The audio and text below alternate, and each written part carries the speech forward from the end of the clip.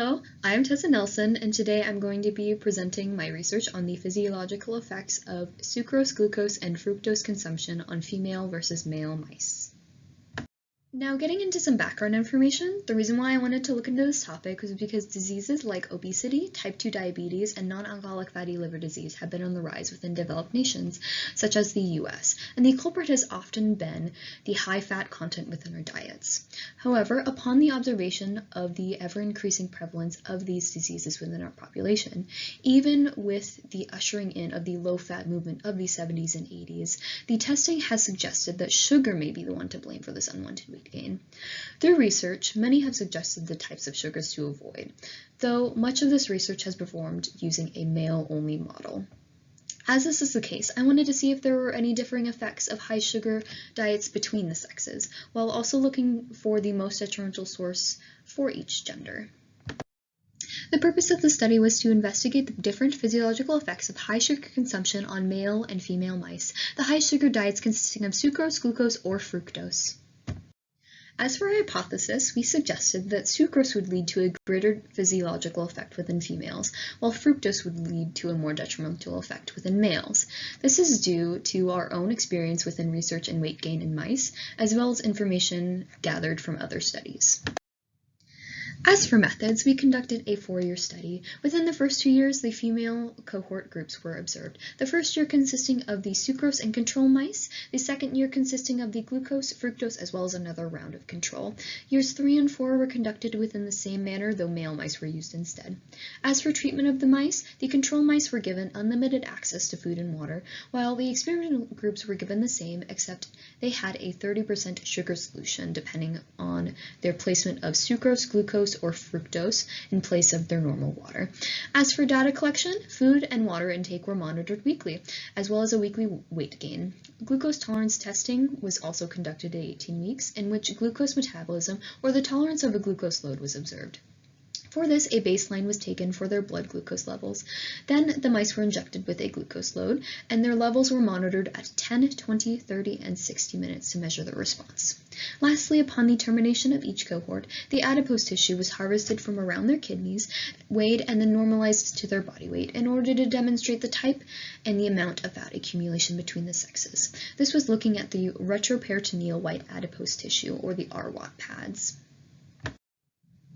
Looking at the results for the weight gain percentages, you can see within this bar graph that there is a significant overall diet effect among almost all of the experimental groups, the only exception being seen within the females, as the fructose group does not have a significant increase compared to the control counterparts. As well as this, though, a sex effect is seen within the female sucrose and glucose groups, as the percentage weight change is more than double that of the control females. You can see this clearly demonstrated within the table on your left, demonstrating significance within the sex in all groups except for the fructose females. This is demonstrated with the asterisks. As for the males, a sex effect is also seen within all groups across the board, though the sucrose group is affected far less than the glucose-fructose counterparts. In this as well, a significant fact between the sexes is also demonstrated here, as the female fructose mice gain less than half of the percentage change seen within the male fructose mice. This is echoed within the sucrose mice. However, the difference that was shown is not big enough to be shown as a true significance, though this difference is still evident. Looking into the retroperitoneal white adipose tissue, you can see an overall diet effect again. Though the glucose and fructose groups are not represented here, the fat accumulation for the sucrose demonstrates what was expected, as both groups increased. As well as this, a sex effect is noted, as the male mice initially start out with a much higher visceral fat content than the female counterparts. This may speak to the difference in the types of fat accumulated between the sexes, which may affect the likelihood of onset of diseases later on. However, there is still a significant increase within each sex group, as noted by the asterisks, meaning both groups did gain much more visceral fat than they would have normally. Analyzing the general trends for the glucose tolerance test, we can see within the females that the sucrose and the glucose groups had a similar impairment, while the fructose females were seemingly unaffected. As well as this, the male glucose mice were the most affected within that sex, while the sucrose and fructose male mice were an intermediate response. Moreover, the males experienced more variation within their time points, demonstrating very unique GTT curves for each of their sugar groups, while the females demonstrated a more consistent trend overall. Looking at the total glucose exposure of each group based on the area under the curve, within the males, the significance is seen between the controls and each diet group, the sucrose and the fructose groups being the intermediate exposure, with the glucose group experiencing the highest rate of exposure. Similarly, the females show the highest rate of exposures within the glucose group as well. However, the sucrose females had a similar response to that of glucose rather than fructose.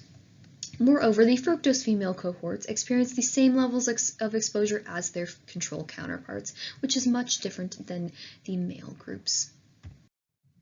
Looking at all of our results, we can make 4 conclusions. 1, that glucose is detrimental regardless of sex. This can be seen within weight gain percentage, as well as within the glucose tolerance testing results, as regardless of sex, glucose was often the highest result.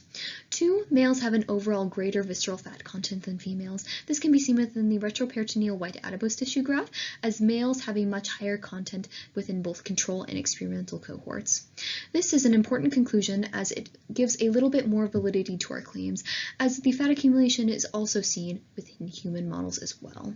Point 3 is that sucrose is shown to be more detrimental in females than in males. Though this is not proven significant within our data, the trends throughout the results show that there is a consistently higher detriment in females than in males for this type of sugar. 4, fructose is more detrimental in males than in females. This fact is shown throughout the results as well, within the weight gain percentage differences and the GTTs, and significantly so.